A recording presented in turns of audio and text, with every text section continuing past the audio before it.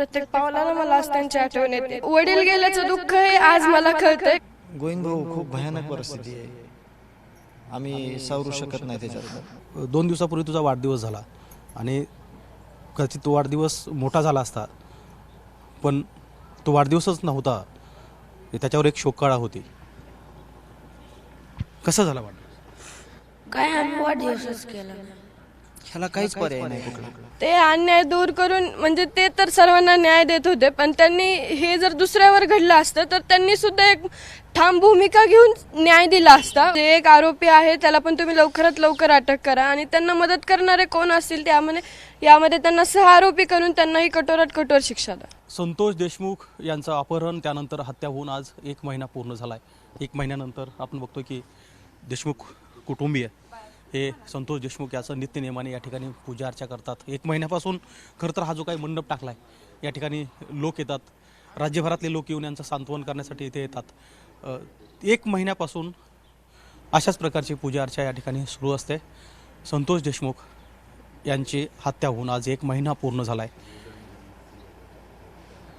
1 महिन्यानंतर सुद्धा दर दिवशी कोणत्या ना कोणत्या स्वरूपामध्ये आपल्याला संतोष देशमुख यांच्या आठवणी आपल्या सगळ्यांच्या समोर असतात. माझ्यासोबत वैभवी आहे. वैभवी, हा 1 महिना दुर्दैवी होता, वाईट अशा अर्थाने होता, कारण ज्या काळात घडामोडी घडल्या तुलासुद्धा अनुभवता आल्या. बाहेर जावं लागलं, या संदर्भात लोकांसमोर जाऊन न्याय मागावा लागला. कसा होता हा 1 महिना? हा 1 महिना म्हणजे हे दृश्य जे आहे ते आम्ही आजपर्यंत कधीच पाहिलं नव्हतं आणि हे दृश्य आहे ते अतिशय भयंकर आहे. आणि जे माझ्या वडिलांची जी हत्या झाली ती तर आता सर्वांना तर माहितीच झाली आहे आणि ज्यांच्यावर जो अन्याय झाला त्याच्या विरुद्ध आपण जो लढे उचललेत ते लढेच आपल्याला असे पुढे न्यायचेत आणि त्यांना न्याय मिळवून द्यायचा. पण खरं तर असा कोणता क्षण नसेल, दिवस नसेल की ज्यावेळी तुला तुझ्या वडिलाची आठवण झाली नाही. आज 1 महिन्यानंतर तू कुटुंबासोबत उभा आहेस, पण मुलगी म्हणून परत एकदा ती उणीव वाटते की आज वडील सोबत नाही आहेत. उणीव म्हणजे प्रत्येक क्षणाला प्रत्येक पावलाला मला आज त्यांची आठवण येते. आज तर ते इथं असते तर त्यांनी म्हणजे ते अन्याय दूर करून म्हणजे ते तर सर्वांना न्याय देत होते, पण त्यांनी हे जर दुसऱ्यावर घडलं असतं तर त्यांनी सुद्धा एक ठाम भूमिका घेऊन न्याय दिला असता. माझी एकच विनंती आहे की त्यांच्यावर जो अन्याय झालाय त्याच्या विरुद्ध आम्हाला न्याय हा पाहिजे. यातले काही आरोपींना अटक झाली आहे, 1 आरोपी आज बाहेर आहे. तुम्ही समाधानी आहात या सगळ्या तपासावर? समाधानी म्हणजे आता आम्हाला जे तिळभर समाधान भेटणार आहे ते म्हणजे ज्यावेळेस आरोपींनाही कठोरात कठोर शिक्षा होईल आणि माझ्या वडिलांना न्याय मिळेल. त्यासाठी मी पोलीस प्रशासनाला विनंती करते की जे एक आरोपी आहे त्याला पण तुम्ही लवकरात लवकर अटक करा आणि त्यांना मदत करणारे कोण असतील यामध्ये त्यांना 6 आरोपी करून त्यांनाही कठोरात कठोर शिक्षा द्या. वैभवी, खरं तर ही पहिली वेळ होती जिथे तू शेकडो हजारो लोकांसमोर उभा टाकून माईकवर बोललीस आणि त्यावेळेस एक वाक्य जे लोकांना खरं तर अपील होत होतं की जे तुझ्याबद्दल तुझ्या बाबतीत घडलंय ते इतरा बाबतीत घडायला नको.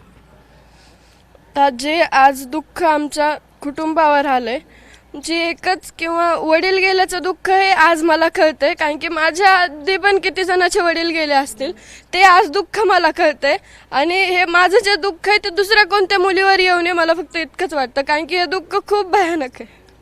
खरंच हे दुःख तितकंच भयंकर आहे. माझ्यासोबत विराज आहे. विराज, 2 दिवसापूर्वी तुझा वाढदिवस झाला आणि कदाचित तो वाढदिवस मोठा झाला असता, पण तो वाढदिवसच नव्हता, त्याच्यावर एक शोककळा होती. कसा झाला वाढदिवस? काय आम्ही वाढदिवसच केला नाही. पप्पाची आठवण आहे? हो. धनंजय देशमुख, भाऊ संतोष देशमुख यांचा माझ्यासोबत आहे. धनंजय, मला कल्पना आहे की एक पाठीराखा होता, गावचा प्रमुख होता, कुटुंबाचा कर्ता होता. 1 महिना आज पूर्ण झाला आहे जो तुमच्यात निघून गेला आहे.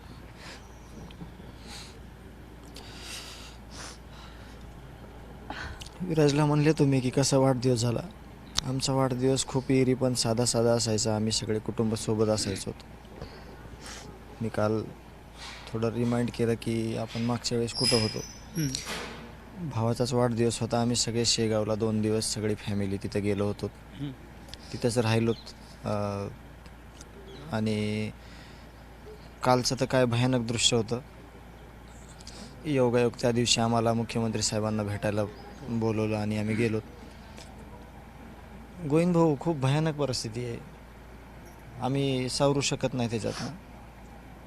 कारण का, प्रसारमाध्यमांपुढं लोक सांत्वन करायला येतात त्यापुढं, किंवा समजा जिथं आपला मोर्चा आहे तिथं वेळ निघून जातो. सगळे दिसतात, पाठीवर हात टाकतात, सांत्वन करतात. त्यांच्यामुळं तरी हे कसं तरी म्हणजे थोडंसं वाटतं की सगळे आपल्यासोबत आहेत. आपला एक भाऊ नाही, लाखो भाऊ देऊन गेला आहे पाठीमागं. पण ज्यावेळेस घरात येतो ना, आम्ही घराचा दरवाजा लावून घेतो आणि फॅमिली सगळी एकमेकांना बघते ना, सगळे शोधत आहेत की मी म्हणतोय माझा दादा कुठं आहे. कपाटाकडे गेलं, त्याचे कपडे दिसतात. म्हणजे अशी एक कुठली गोष्ट नाही की तिथं दादाची आठवण नाही येत. आणि ह्याला काहीच पर्याय नाही कुठला. काय कसं म्हणजे प्रश्न विचारले तुम्ही तरी उत्तर काय द्यावं, किंवा आमच्याकडे काय प्रश्न आहेत ते तुम्हाला काय सांगावे. ह्या दोन्हीमधलं खूप डिफरन्स विषय झालेत सगळे. खूप वाईट परिस्थिती आहे आमच्या कुटुंबावर. म्हणजे शेवटची भेट तुमच्या भावाची 1 महिन्यापूर्वी कधी झाली होती? ज्या दिवशी 6 तारखेला हे भांडण झालं ना, त्या दिवशी आम्ही 6:30 ते 7च्या दरम्यान, किंवा समजा मागं पुढं असेल वेळ, पण आम्ही दोघंजण एवढं डीपमध्ये बोललोत, सगळं कळून चुकल्यासारखं. म्हणजे दादा तू लवकर येऊ द्या, आपण हे करू. दिदीच्या लग्नाचा आमचं विषय झाला, पुढं जे फ्युचरमध्ये आपल्याला काय करायचं आहे, कसं करायचं, सगळे विषय आम्ही बोललोत. आणि काळाचा एवढा घाला घातला ह्या काळाने की आज तुम्ही बघताय, तुम्ही कुटुंबातले सदस्य आहेत. जरी प्रसारमाध्यमांचं तुम्ही काम करत असले तरी तुम्ही आम्हाला मागच्या 7-8 वर्षापासून आमचं गाव, आम्ही, आमची लोक तुम्ही ओळखताय, प्रत्येक गोष्टीला येत आहे. सगळं मोडून गेलं आहे आमचं, काय राहिलं नाही.